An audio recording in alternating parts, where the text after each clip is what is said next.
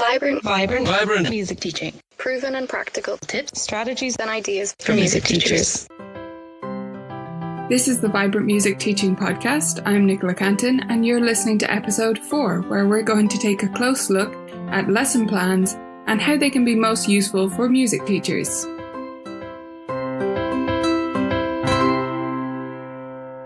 Welcome, beautiful teachers, to another episode of the Vibrant Music Teaching Podcast. You can find the show notes for today's episode at vibrantmusicteaching.com/4, just the number 4. So today we're talking about lesson plans, and this is something that comes up every so often, and a lot of teachers kind of balk at this. They say, I don't need to be doing lesson plans, or I've never done them and it's worked out just fine, and that might be true. But I do think there's still a benefit to be found in lesson plans for private music teachers, instrumental and vocal teachers. Most teachers don't make lesson plans because they want to be flexible and work with each student as they come. One of the huge benefits of our profession, of what we do, or at least most of us do, is that we teach one-on-one, right? And students don't get many other opportunities to actually work with a teacher on one-on-one. So that's a huge benefit that we have that other teachers don't, and we can adapt to each student as they come and change things up when we need to. So we want to be flexible. There's also the problem that we don't actually have enough time. And this is a major issue that I don't want to ignore, because it is very important that we acknowledge that teachers do not have enough time to be making detailed lesson plans every week for every student. Because, like I say, we teach them one-on-one for the most part, or in small groups. And if we're doing that, and we need to make a fully fledged out lesson plan for each one of those lessons, 30 or 40 lessons a week, that's a huge part of your personal time, let's face it, gone. So that's another reason that teachers end up not doing this, is because they don't have enough time. Another reason is that they just don't think it's necessary. It doesn't seem like they need them.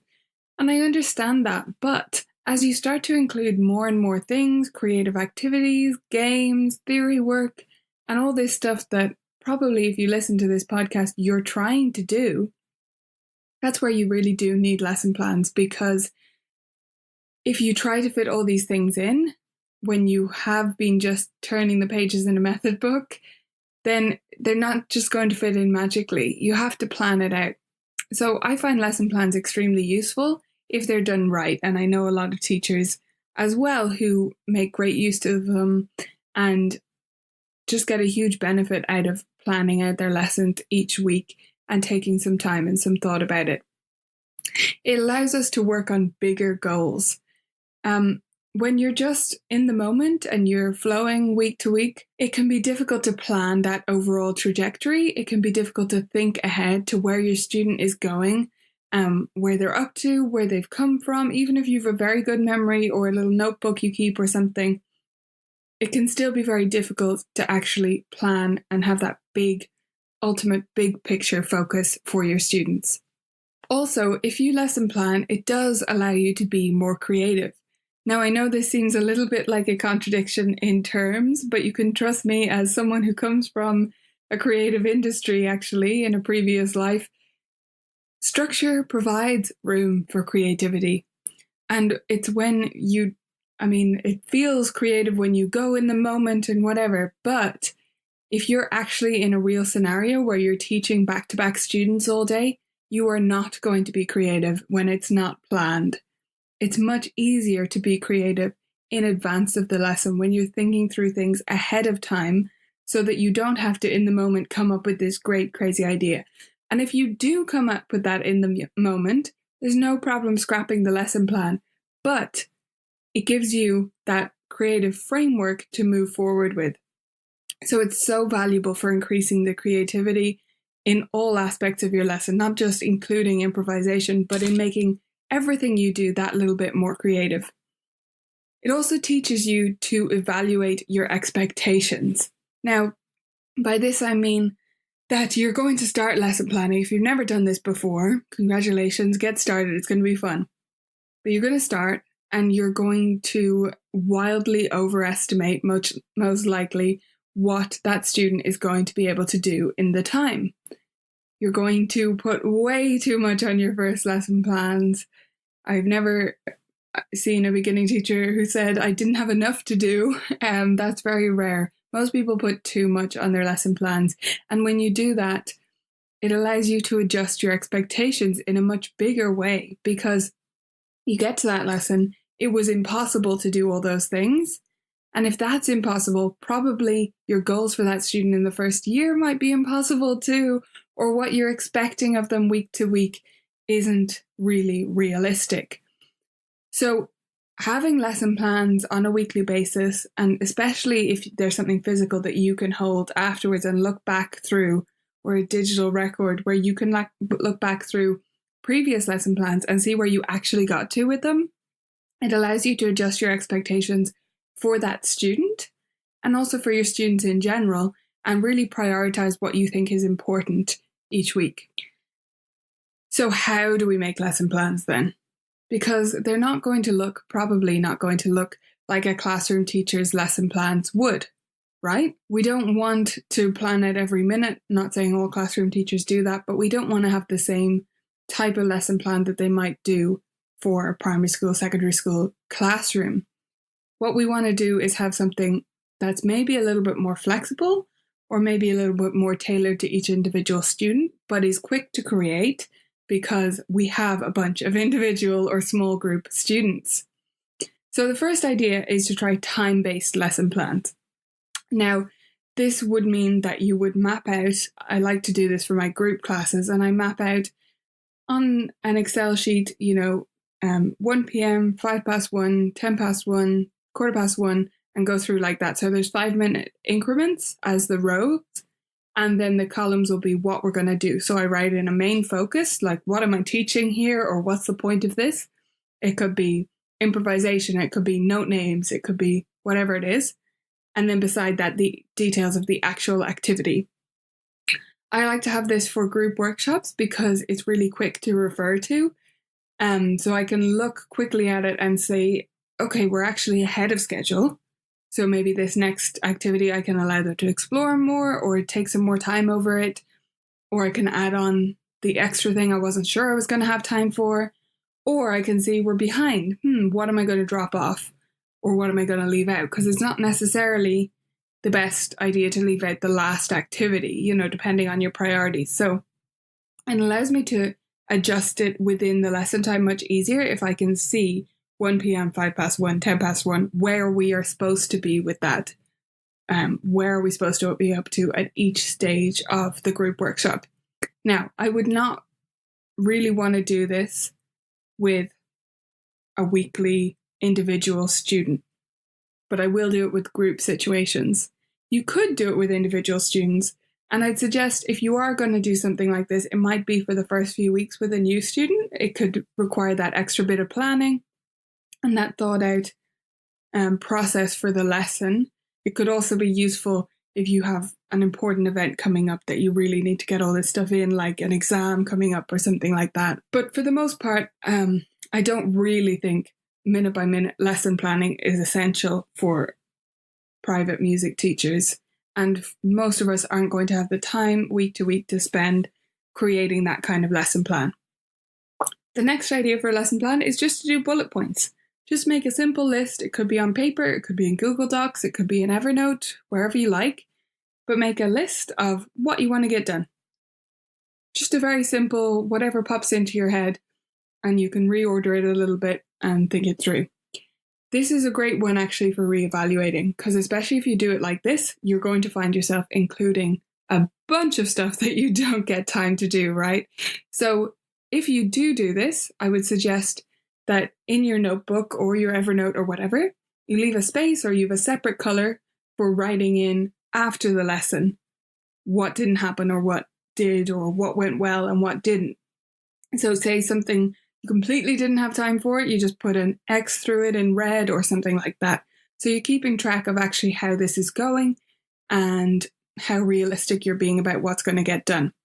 If you find that stuff is just really not fitting in, you might do time-based lesson plans for a couple of weeks just to see how the breakdown actually happens and where you're miscalculating, as it were. Where are you thinking that more is going to fit into a certain amount of time than it actually does?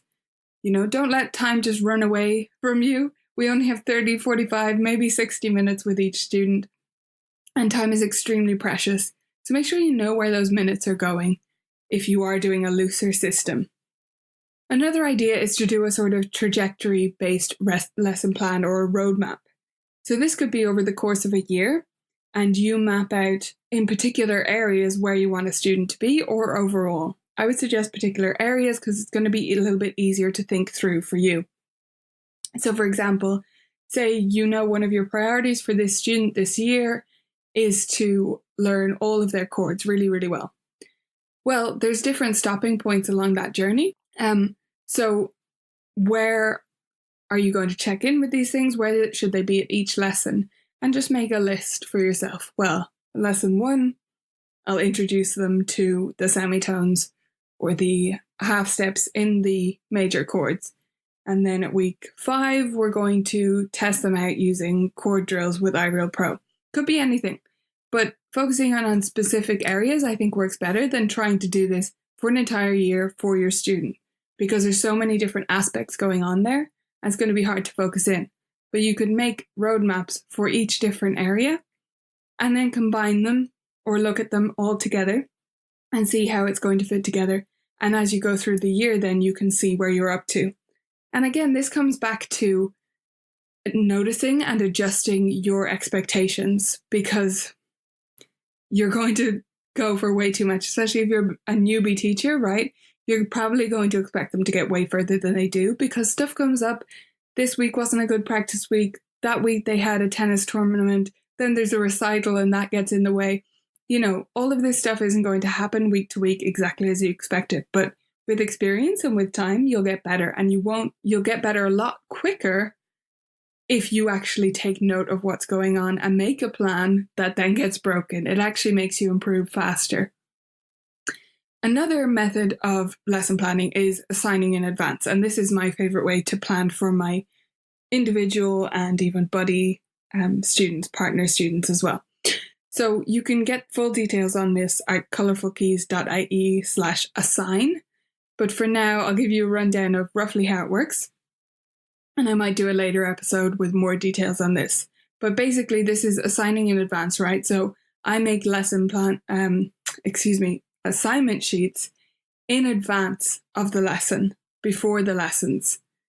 So I know what their homework is going to be before the lesson happens.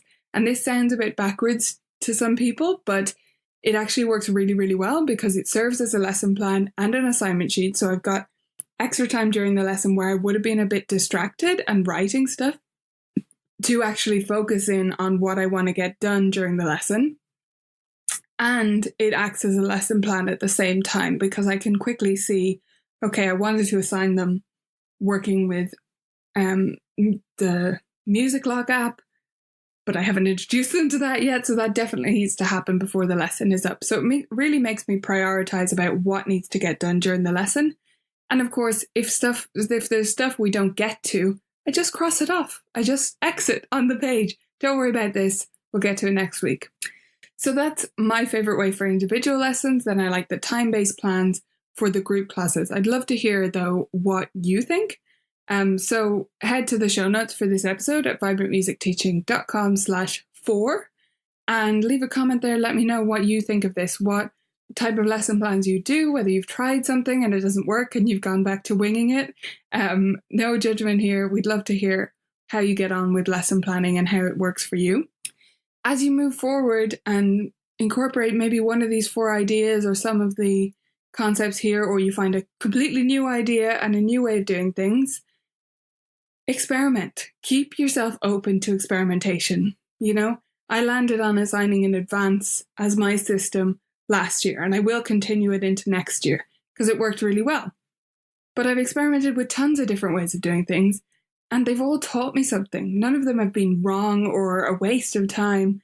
They've all taught me something about how I should be doing things, how I should be thinking about things, my goals for my students, my teaching style, my methods of teaching this and that.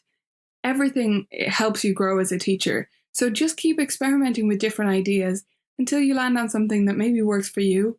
And maybe in a few years, you'll experiment again. These things do not have to be static. They don't have to be the same every week. But you do need to have some kind of system if you're going to fit in all the stuff you want to fit in. Because it's just going minute to minute and turning the pages in the method book.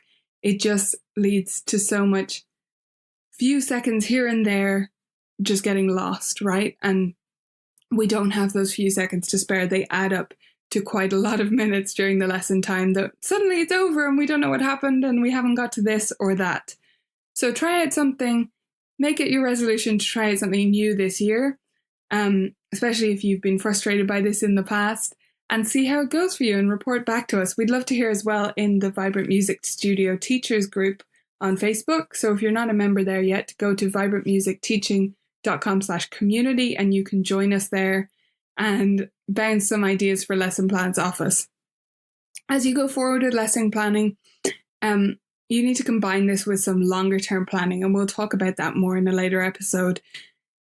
But the two together are what make for the students getting the maximum success and you really enjoying your teaching the most and getting the best results for your students and the most enjoyment for them as well. So it doesn't need to be fancy. It just needs to be something and you need to give it a go. So try something out today, see how you get on, and report back to me. I'd love to hear how it goes. Bye for now. There are tons of fantastic lesson plans inside the Vibrant Music Teaching site as well. Members get access to fully thought out week by week plans that they can incorporate with their own teaching, and they've been finding some fantastic success with things like the Tiny Finger Takeoff for preschoolers or the Chord Crash Course for bringing chords up to speeds in just 6 weeks.